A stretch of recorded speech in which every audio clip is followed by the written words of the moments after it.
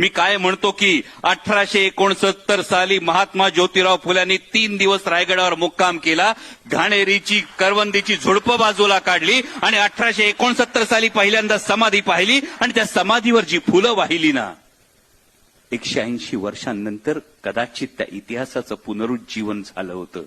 आणि जर हा संघर्षाचा वारसा असेल तर कोणीतरी चिठोऱ्यावर लिहून दिलं कार्यक्रम आयोजित करू नका. अरे 50-50 हजार प्रेक्षकांमधून घोडा फेकण्याची छाती छत्रपती शिवाजी महाराजांचा विचार देतो. तिथे एखाद्या कागदाच्या चिठोऱ्याने काय फरक पडणार आहे. आणि जेव्हा विरोध होतो, लोकशाहीमध्ये विरोध हा व्हायला हवा, पण संवाद व्हायला हवा, त्याचा प्रतिवाद व्हायला हवा. जर भ्याड बुरख्या आडून फक्त कागदाचे चिठोरे सरकवायचे असतील तर त्या कागदाच्या चिठोऱ्यांची कसपट करून कचरापेटीत फेकून द्यायची ताकद सुद्धा आपल्या वैचारिक भूमिकेत असली पाहिजे, या मताचा मी आहे. एवढंच फक्त सुरुवातीला सांगायचं होतं. परंतु मी मनापासून आभार मानतो विद्यापीठाचे, कारण एक वैचारिक भूमिका मांडत असताना, छत्रपती शिवाजी महाराज छत्रपती संभाजी महाराजांची भूमिका मांडत असताना, म्हणजे मगाशी पराग सरांनी 3 वेळा छत्रपती संभाजी महाराजांचा धर्मवीर असा उल्लेख केला. माझा याला आक्षेप नाही, ती त्यांच्यासाठी ओळख आहे, त्याचा मी सन्मान केला पाहिजे. मालिका करत असताना मला असं वाटलं, जो काही थोडाफार अभ्यास होता त्यावेळी मला असं वाटलं, याचा अनेकांना याच्याशी सहमत असतात, अनेक जण त्याच्याशी असहमत असतात. मला असं वाटलं की स्वराज्य रक्षक ही बिरुदावली छत्रपती संभाजी महाराजांसाठी जास्त व्यापक ठरते. कारण काबूल ते बंगाल सल्तनत असलेला औरंग्या त्याच्या लाखांच्या फौजेनिशी स्वराज्यावर चालून येतो. एकावेळी 5 आघाड्यांवर पंजेफाड करत असताना स्वराज्याचा एकही किल्ला 8 वर्षात छत्रपती संभाजी महाराज त्याच्या हाती लागू देत नाहीत. तर केवळ बलिदानाच्या प्रसंगापेक्षा हा 8 वर्षांचा संघर्ष सुद्धा जो आहे, ती त्यांची ओळख आणखी व्यापक ठरते, ही माझी भावना आहे. शिवचरित्राकडे, शंभूचरित्राकडे बघताना माझी स्वच्छ भूमिका हीच आहे. तुम्ही कोणत्या पैलूतून त्या चरित्राकडे बघता, तुम्ही कोणत्या पैलीतून त्या अष्टपैलू व्यक्तिमत्वाकडे बघता, ते तुमचं आहे.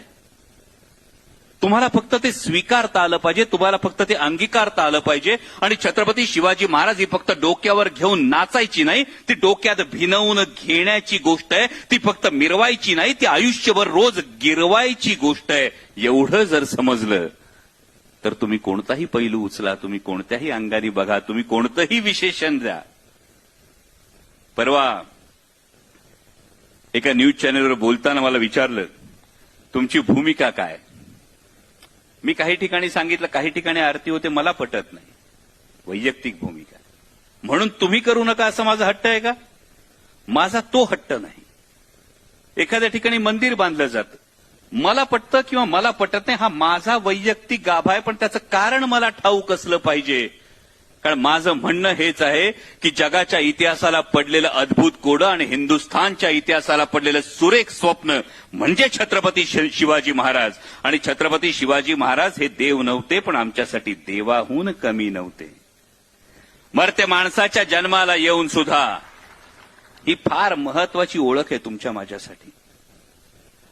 हा देवाचा अवतार जाणवत नाही, हा देवाचा अवतार वाटत नाही, हा देवाचा अवतार भासत नाही की देवाचा अवतार हा स्वर्गातून उतरला आणि थेट सिंहासनावर बसला. असं घडलं का? जर देवाचा अवतार थेट स्वर्गातून उतरला आणि सिंहासनावर बसला असं घडलं नाही, तर मग प्रेरणा काय? तर मर्त्य माणसाच्या जन्माला येऊन सुद्धा कर्तृत्वाच्या जोरावर देवत्वाला पोहोचता येतं. याचं एकमेव अद्वितीय उदाहरण म्हणजे छत्रपती शिवाजी महाराज. आणि ही तुमच्या माझ्यासाठी फार महत्वाची ओळख आहे. जेव्हा आमचे प्रयत्न थांबतात, जेव्हा सगळ्यावरचा भरोसा उठतो, तेव्हा कर्तृत्वावर विश्वास ठेवणारी, शून्यातून स्वराज्य निर्माण करणारी एक प्रेरणा, एक किरण शलाका या मातीत उदयाला आली. आणि त्या प्रेरणेचं नाव छत्रपती शिवाजी महाराज आहेत. आणि म्हणून माझं कायम असं म्हणणं आहे, माझ्यासाठी मी जो अर्थ लावलाय तो हा आहे की माझा कायम प्रयत्नवादावर विश्वास ठेवायचा असेल, माझा कायम माझ्या कर्तृत्वावर भरोसा ठेवायचा असेल, तर होय, मी अभिमानानं सांगतो, मी छत्रपती शिवाजी महाराजांचा मावळा आहे.